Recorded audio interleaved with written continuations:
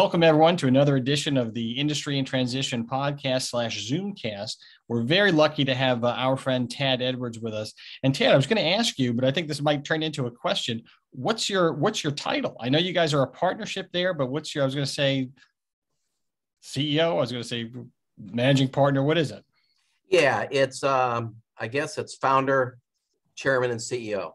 There we go. There we go. But the interesting part of that question was that it is a partnership. Yes, yeah, we've got a number of owners here. We spread the wealth, we spread the ownership, and we've got employees, our family, and then some friends of the firm that are highly successful around the country that we've known for many years, and that's it. No private equity money, no venture capital, no institutional money. So we like it that way. Yeah, well, that's the way to be if you can make it happen. It's interesting because in the world today, there's sort of a back to the future element, right? The firms are sort of these smaller, independent firms. They all have an equity component to what they do, and it's enticing to advisors because everybody wants to be part of something that's where they have some ownership, right? In my mind, that's a huge sort of pull out of the larger banks. However, that being said, I don't think advisors ask enough questions. Just like you said, there's no. You don't have any of this venture capital, vulture capital in there. I don't think advisors ask who's really behind this thing. I'm going to bring my book and my accounts and, my clients who are like family to me to some entity. And I don't know what's behind it. I think it's a great point, Tony, because I believe advisors and clients want to know wherever their advisor is that they can be there forever and not be bought out. So no one here at Edwards ever looks over their shoulder. There's no fear, no paranoia. We control our destiny. We can't be bought out. And I don't think that's common everywhere. Is that common everywhere? The answer is no, it's not common everywhere. And I don't think advisors, ask enough questions. They like the CEO that they talk to, and they know that they're getting some stock. But this is like, I always write about this like it's the cobbler's kids, have no shoes. They don't ask the right questions that they would ask about a regular investment. Where's the money coming from? Who owns it? What tranche is my security? Am I left out in the cold versus everybody else? Are you going to take a deal and then leave me behind? It's a serious question. Well, I think we're very fortunate in that we also have no debt. We've never had one penny of debt at Edwards. And I think that makes our advisors and clients that know that, it gives them peace of mind, makes them feel comfortable and safe.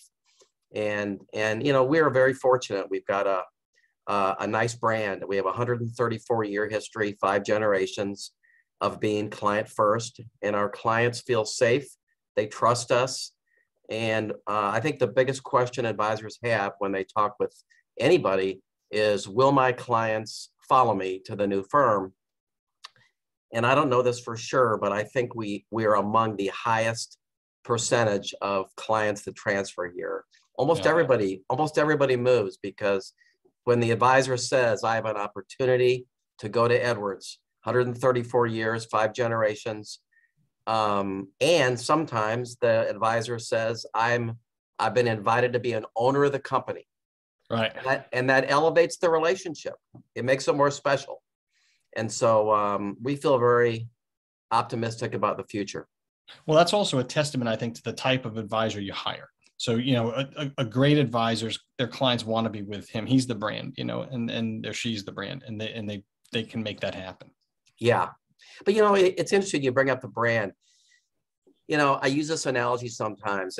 If a couple has a child, and let's say the child's 4 years old and they have an ear infection in the middle of the night, and let's say the mom or dad gets up and goes to Walgreens at midnight and gets some ear medication. The ear medication, there may be an XYZ medication for $9. And then there's Johnson & Johnson for $11. And you look at it and you say, hey, it's probably the exact same thing, made in the same plant maybe. But that's the power of the brand. Most of us would pay $11 because it's our child. And we think we may get a little bit of competitive edge there. And so I think when people look at going to a firm and they look at Edwards being 134 years and 5 generations, I think it gives some trust, some comfort, and they feel safe. And also that we can't be bought out and that they can control their destiny and their future. Well, I mean, I agree. In my mind, outside ownership and outside money equals compromises. You look, I run these firms, right? They're smaller than yours, of course, but you make compromise. You make different decisions when there's an owner who needs to be paid back than you would make if you could just invest in the business long term. Well, that's exactly right. And we've had 10 or 15 opportunities to open branches, which would have made us look good on paper and we would have gotten good publicity, but we've turned all of them down, 10 or 15 of them, because they weren't the right fit. They were potentially toxic. It wasn't necessarily compliance. Yeah. They just weren't the right fit. They had another agenda, and they didn't really believe in our culture of not only treating clients, putting them first, but treating everybody in the office and everyone at the firm the way they like to be treated. So we still like those people, but we just think they'd be happier somewhere else. And we've got something that we think is pretty special. And I'm still a kid in a candy store, Tony, and I can't wait to get here every day. And I have a lot of fun. You said something interesting, which is treat people the way they like to be treated, right? Which Jim Brinkley, who's the great former president of Legg Mason, used to call that the platinum rule, because you can't treat people the way they want to be treated unless you listen and you hear what they want, not what you want.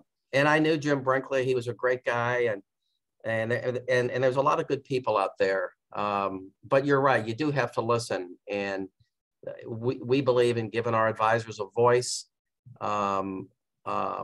50% of our board of directors at Edwards are from the branches. They're in the field. Wow. They work with clients every day, and we value that input tremendously. You did too. You're a broker too. Yes. Yeah. I worked as an advisor for a number of years, and probably 15 years. And I happened to get into branch management, and I was a regional manager. And I feel very fortunate I had that opportunity, but I absolutely loved being an advisor and working with clients. It's the best job at the firm. Yeah. Well, no, it's the best job at the firm if you have a firm that cares about advisors and what they do. It could be a challenging job if you feel like you're a cog in a wheel at a big bank. I think it's where they're constantly changing the comp plan on you. They're constantly, moving the needle, and they make all these decisions like we were talking about before based on a quarterly shareholders, that you're not necessarily a shareholder as a advisor. Yeah. I mean, I didn't even think about the comp plan, but I think in let's say the last 13 years, I think we've modified minimally our comp plan only once or twice. Yeah. And that doesn't say we'll never modify it, but our purpose in being here is to give our advisors all the tools they need, give them freedom. We trust them. They know their clients better than we do. And we want to give them a world-class experience and exceed expectations to where they're happy and having fun every day. So what about, obviously it speaks volumes about, the culture of the firm and what people are experiencing when they're there. What about the future? If someone looks at a smaller firm, they'll say, well, I might get good culture. I'm going to get a diminution in technology. I'm going to get a diminution in, services and products and things like that. I think that's the knock against everybody who's, outside of a big branch or a giant custodian. Yeah. We just do it a little different, and I don't want to say it's better for everybody. I call our advisors every day, and I feel like that's so important. I do it not because I have to, because I love to do it. And I love to, my father used to run AG Edwards, and my dad would go to 100 branches every year and go in the branch and take them to dinner and meet their clients. And I do the same thing. I've been in almost all of we've got 83 branches in 30 states. I think we're in the top of the second inning, Tony. Yeah. And I treasure going out there and seeing our people and being where it happens, because our advisors are the ones that know the clients, and we want to give them a fabulous experience. And that's what we do every day here. Well, it's fun when you're that's things missing from a lot of firms, I think, is the fun, but from what you're saying, it looks like there's a lot of access to management. So if I'm an advisor in the field, it's pretty flat. We answer our own phones. Yeah. I have no door on my office, and I get kidded for it occasionally, but everybody can come in here. I want to see people. Yeah. When I'm in town, Tony, I'm usually in town pre-COVID, 3 days a week. I'm on the road seeing branches and other things, 2 days a week normally. But I like to walk around and see everybody I can and say something to them, because they're all special. They're all part of our future. And we need them. And we're all part of a team. And I'm just part of the team. And we have great people. We hire like 1 out of 50 people. Right. Because we want special people who are aligned with our goals and values and our mission statement. It takes time. If you hire, nice brokers, you get nice clients. It's a bottom line. If a broker's a jerk, it guarantee his clients are jerks. You know what I mean? That's just the way it is. Yeah. Well, we talked a little. You mentioned the future, so let's talk a little bit about that. I'm interested. You have this independent channel. That's something people would like to hear about, I think. And then, sort of where do you see this going? And you said second inning. Where are we headed? Yeah. Good question. We started off with our branch, our kind of crown jewel, our brokerage firm. But that's kind of like Coca-Cola. And we thought we'd add Diet Coke to the Coke. And we have our RIA channel.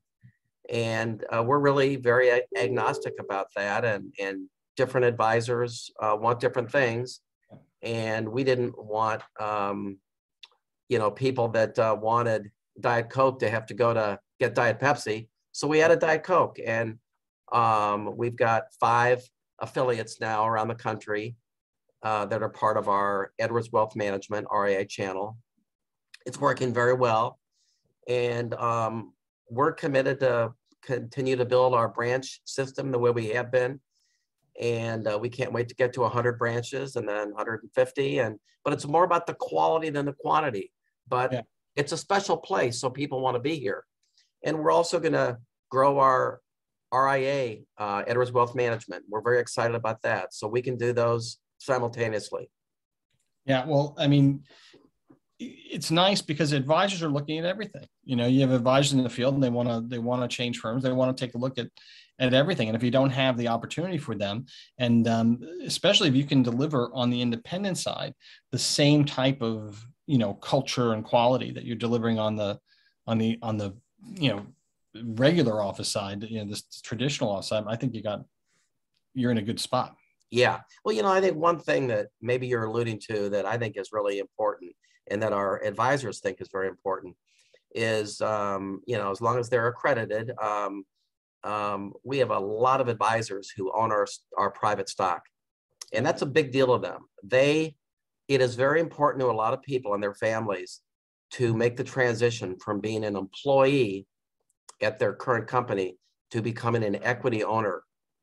And I think that meets a lot of their needs. There's a lot of advisors out there that are entrepreneurial, and they can come in this business, put up no capital, and be an advisor and do fine. But when they're an owner and they can walk around and own part of the firm, and when their clients know they own part of the firm, I think it elevates the relationship. It's like, Tony, if you and I were going to a restaurant in New York City, and I'm a big Italian restaurant fan, especially in New York because they're so good. Yeah. If we go in there and, the host or hostess says, let's sit over here, I'm good. I'm pretty easy to please. But if the owner comes up and says, Tony and Tad, I'll take you in the kitchen. I'll take you in the kitchen. What do you feel like tonight? Where do you want to sit? It just kind of elevates the relationship. It makes it a little more fun. It's more special.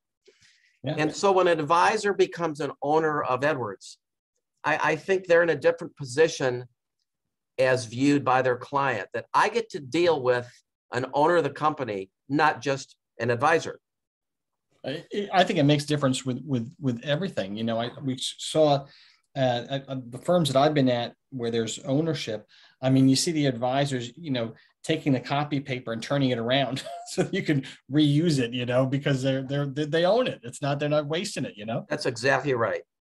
Yeah, it's an amazing transformation. And by the way, it's always been great in this business that you can come from, a modest background and really make something for yourself and your family. But a way to build real wealth is to own, some equity in something where it's not just you, but it's 100 other advisors or, 200 other advisors that are working towards the same goal. Then you can really build wealth for your family. I mean, substantial wealth. Yeah, I agree. And I think also you've got a lot of advisors and branch managers and people that are owners. There's a lot of friendships. We have branch manager meetings, we have wealth symposiums.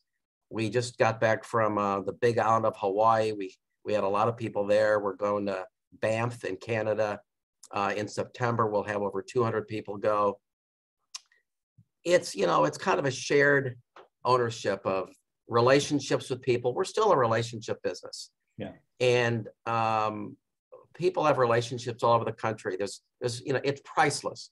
And then we can create wealth together by working together and owning our stock. And then we go out of our way to make our advisors' life easy. Our goal is to take 2 or 3 hours a day. And I don't know that we're perfect at it. We're not, I'm sure. But take 2 or 3 hours a day off the laps of our advisors of stuff. And, whether it's operational or administrative or compliance or whatever it might be, red tape. And we hate red tape. We hate bureaucracy. We hate silos. We hate call centers. I'm not saying they're bad. We just don't love them. And if our advisors can have more time with their clients, more time with their families, more time with their friends to exercise, to read, to do whatever they want, we're creating value for the advisor. And they're not working on some operational problem where they have issues and they get tied up and they get frustrated. We have very little of that happen at Edwards.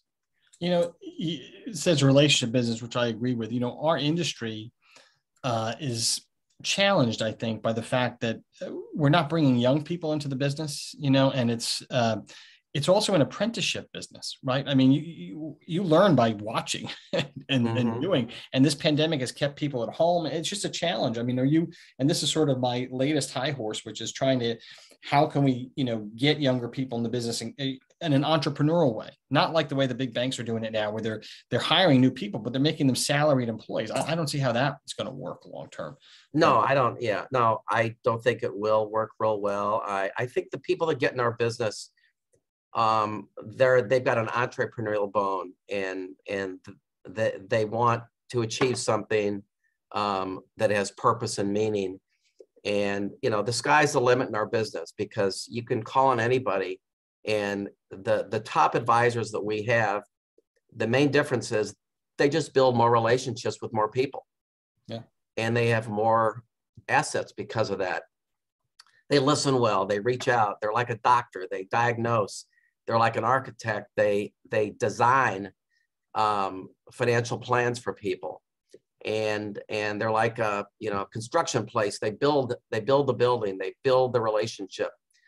And I think that's what clients want. I'm so optimistic about our future, in spite of the robo advisors and discount places.